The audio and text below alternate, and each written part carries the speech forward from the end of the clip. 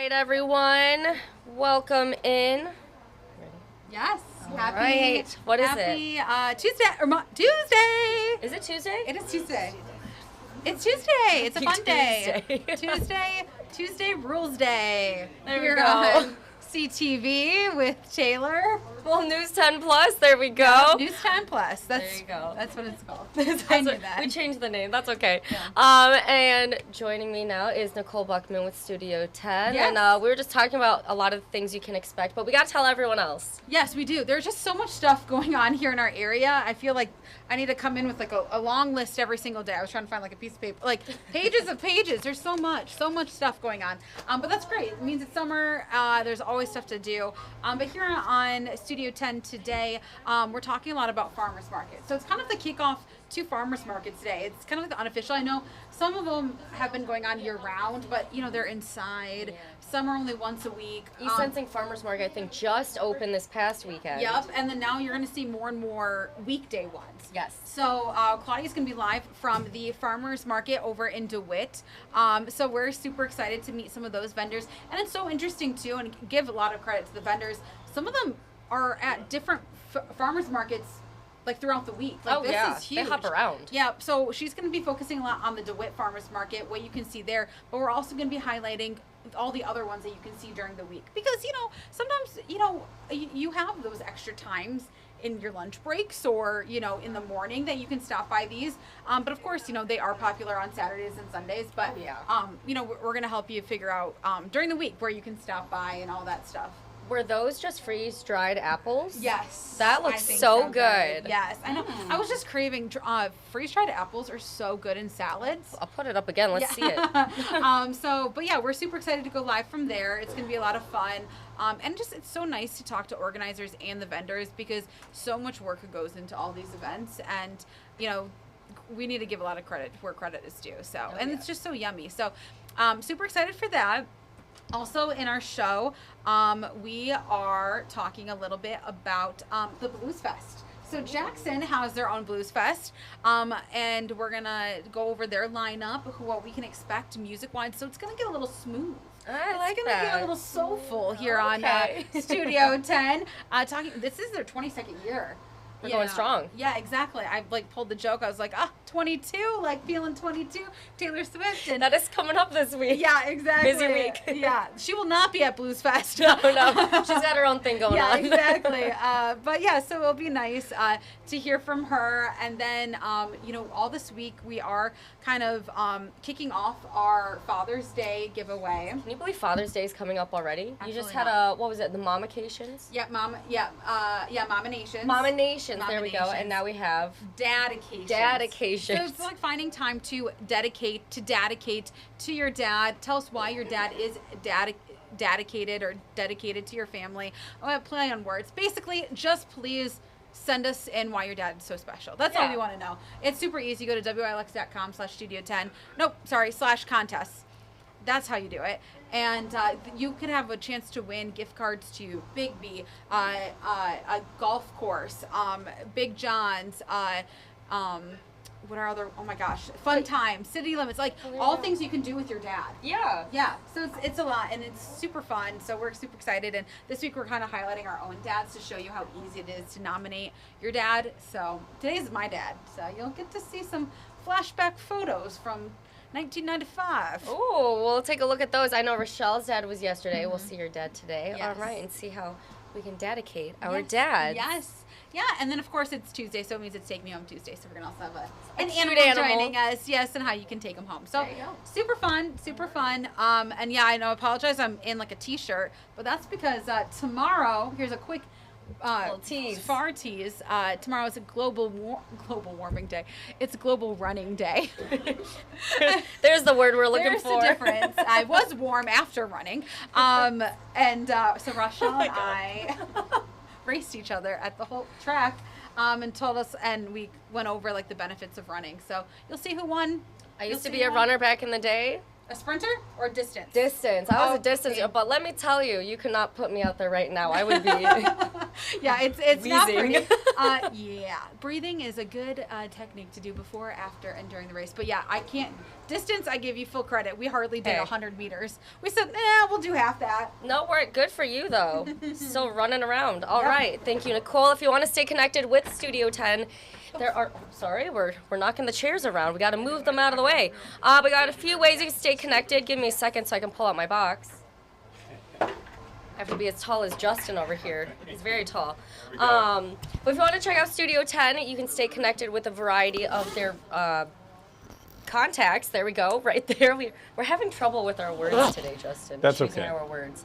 Yeah, that's all right. Yeah, you it's know. fine. It happens. Yeah, for sure. And then also you can go to their YouTube page, subscribe to at WILX Studio 10. They post all their videos there, so if you happen to miss it, they come on at 3 o'clock. If you happen to miss any of their wonderful content that they have in their show, you can always go to YouTube and subscribe, and you can watch it back. Yeah. Very fun stuff. But now we're joined by Justin Bradford. Hello. Hello, hello. Today was a little bit of a cooler day out. Has been, yeah. Yeah. Still. And Still warm. it is, yeah. For the time of year, we should be mid-70s, and really, kind of the next 3 days are riding that spot. But it's a lot cooler than it has been. Had lots of 80s and 90s lately, and we've also had a lot of sunshine. We do still have the dry air. That isn't going anywhere anytime soon this week, unfortunately. We'd love to get some rain in here, but at least the temperature is a little bit cooler than what they have been. So the folks who love the summer warmth, you had last week. The folks who like it a little cooler, this is going to be your next couple days of pleasant weather. Much more manageable and durable. You know, you're not out there trying to chug your water. You're sweating Sure. all the time or Yeah. feeling faint. No, this is, you just go about your day. Right, and today we will have a lot more sunshine too as the week goes on, but today's a day we're sort of stuck in a bit of a gloomy and hazy pattern, and we're under more clouds than we've seen lately. Again, there's been lots of sunshine and warmth, and this day in our forecast, I should say, is a little different. It's probably the only one that ends up cloudy like we have outside right now, but it is cooler, and that's kind of going to be the pattern. Yeah, well, let's take a look outside. I know traffic's moving pretty smoothly out on Yeah. US 127 right now, but yeah, like you said, those clouds, Justin, you're seeing them. Yeah, we definitely are. We've got a few in the low levels, but now a lot of it is still reverting to that wildfire smoke that we've had, again, across the area. So that's kind of sort of been the pattern that we've been stuck in here. You can see temperatures are run up to 74, but we've got northeasterly flow, and at times the wind's diving down out of the north. And so what that's done is it's tried clearing out some of that high smoke. Still a ways to go because there's more out there. You can see our tower sky cam showing a few hints of sunshine out there, or at least blue sky behind some of the clouds, but humidity is up a touch compared to where it's been lately. You can see dew points are now into the 50s. These have been riding in the 40s, 30s, and even a few 20s the last couple of days. So we feel a little bit more humidity than we've had lately. Might be noticeable for some, but it's still very dry. Again, so we're seeing more of that across the area. Numbers are just shy of 70 in St. John's, but we're into the mid-70s pretty much everywhere else across mid-Michigan this afternoon. See a stripe of slightly warmer air further off towards the west side of the state, and it certainly is warmer out in the plains. They've still got those 80s. A few folks likely make it into the 90s. Fargo's at 88 right now and continuing to climb. But here in the Great Lakes, a little bit of that cooler air filtering in from the north. That's why we've got 70s here. Marquette's only in the 50s, but you know that's what happens when you get a nice breeze off Lake Superior in early June, where the water is still very cold up that direction. But we're going to be stuck in this for the next 3 days before we warm back into the 80s headed to the end of the week. But it's staying dry most of that time, if not the whole time. The temperatures hour by hour again today, they're going to creep into those 70s. I think a little warmer than the model shows here, but eventually we'll find our footing into those mid-70s. Now, folks in far southwest Michigan, they must be rejoicing this afternoon because Benton Harbor, South Bend, even in northwest Indiana there, they're getting a little bit of rain. It's not much, but even a small little portion to go through there. Unfortunately for us, that's just going to bypass our southwest area, and so we're really not seeing any of that. You can see where that system kind of came from today. That's about all that anywhere in Michigan is going to get today with rainfall. The very far southwest corner, lucky enough to pick up that little burst going through the southern tip of Lake Michigan, but that's all. Everywhere else is continuing to stay dry, and you'll see here in the hour-by-hour model forcing things forward that's where it stays. It's just further down, just south and west of us. We still catch some of those clouds associated with that weak system, but the north wind will clear out whatever's left of that wildfire smoke tonight. We should stay clear headed into Wednesday morning. I think tomorrow's a day that features a lot of sunshine. But again, it's a north wind, a few afternoon clouds. Temperatures should stay pretty firmly in those 70s, and that's what we'll have going forward. A couple chilly mornings upcoming. Lows will start in the 40s on each of the next few days, but you notice that we're into more sunshine, and I think though a few clouds filter back in late Thursday, it's still dry weather that we're in here. And so the 3-day forecast, again, today a little hazy, tomorrow more sun, Thursday more sun. Each of the next few mornings, as I mentioned, those are going to start with temperatures like you see here in the 40s, and highs are going to end up in the mid 70s. So again, that's not very far from where we should be for the time of year. Certainly got more dry weather. It's not quite as hot. And the 10-day forecast shows that while there are a few improvements to the forecast as far as temperatures warming back up, what we finally want to focus on is the rain that works in. That'll be Saturday night late through Sunday, and now even Monday we're adding a chance for showers into the forecast. Now, even if we were to get rain Saturday night, a little bit on Sunday, a little bit on Monday. Because we need it. We do. This is still not going to amount to a huge amount of rain when it comes in. And so we'll take anything we can get at this point. We've been scraping the barrel lately. Lansing's been without rain since May 19th.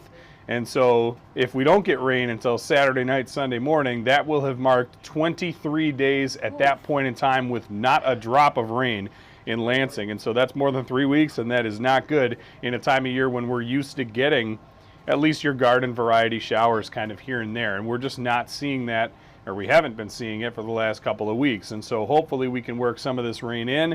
If we are not able to, or even if we do, but it's just a little, we're still going to be hurting next week because temperatures are going to warm back up, as you see here at the end of the 10-day, into the mid 80s. Not many chances for rain through the middle of next week either, and even those lows are coming back up to near 60. And so we'll get back into some of the more summer-type heat as we dive deeper into mid-June. And we're likely still going to be running much drier than normal by the time we get there, even if we pick some rain up. We have been hurting. I've been mentioning on air since April 5th. This has been the driest stretch for many mid-Michigan locations on record for the time of year. And again, we're still going another 4 or 5 days now here without even the chance for rain working in. And so hopefully we're able to get some this weekend. This has become a big problem. We've obviously had the issues with the wildfires, things like that in the state, both locally, regionally, all of that. But now it's really starting to become a bigger issue. For farmers especially, I was actually just talking to a few who have participated in the East Lansing Farmers Market this past weekend. Said, hey, we'd love to bring you on for Mid-Michigan Matters. And they're like, well, have to let you know we're super busy because of a lack of rain. Right. They're having to plant as many seeds as they can in hopes for that slim chance of rain. But they even said a lot of farmers aren't even planting because, you know, you don't want to waste your time and there's no rain coming down. So it's really impacting them. They want to wait until they start seeing more in the forecast, whether it's long range or everything like that. And Taylor, we just frankly have not had it. And so it's been really tough.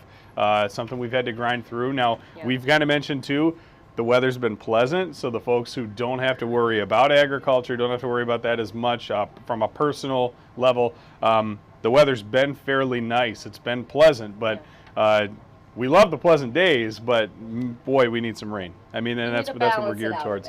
Yeah, and we'd like to have a little bit of the give and take. It's been all give and no take. So Mother Nature been holding out on us. We'd love for her to give us some water this weekend. I don't know what we need to do to get it, but we're going to try. Rain dance. Yeah, we're going to see what we can get to work in here. In the meantime, it's just another very dry stretch rest of this week, but at least it's a little bit cooler. Maybe you can give the air a little more of a break than it had last week. Yeah, no, definitely. I was going to say, I saw some people in my neighborhood also using sprinklers to keep the grass a little bit more green and not so brown, but like those farmers, they really need the rain. That's a lot of water to be just sprinkling on the crops. And at this point, that's the only way you've been able to get it because of how dry we've been. And so I know there have been lots of pool days, I'm sure, for folks recently. That'll probably be a continued trend with us being so dry, people just trying to find ways to stay cool. Keep staying hydrated too. Even though temps are a little bit cooler, you won't sweat out everything as fast, but it's still very dry outside, and so folks still dealing with the allergies as well. That's another thing that is still ongoing, even if the numbers aren't quite as hot. So just keep all that stuff in mind. And something else, the sunscreen, because even though, you know, today's a little bit more cloudy, the UV rays can still get through. And that's the big thing. Yeah, that's a great point. today, cloudier day, that's why I didn't show the UV index. I probably will tomorrow, and it's because whether it's 76 or 96 or whatever the temperature is, the sun angle is the same this time of year. And so just because it's not as hot does not mean that you can't burn as quickly. In fact, you can at about the exact same rate, even if it's only in the 60s or even 70s outside. You can still burn because the sun angle and the rays being able to get to you is what's important. It doesn't matter if it's hot or cold. I mean, really, if the sun angle was any higher, you could still get burned in December, January, or something like that, but the sun angle a little lower that time of year. That's the reason, not the cold. That's the reason you don't get burned in the wintertime as easily, but certainly in the summertime, you can. And so the May, June, July time frame, you got that high peak sun angle that we get here. That's what's going to cause you to burn. We can talk a little bit more about it tomorrow when we talk about the sunnier days, but that's kind of what you have to look forward to. So keep wearing that sunscreen even if it's not as hot.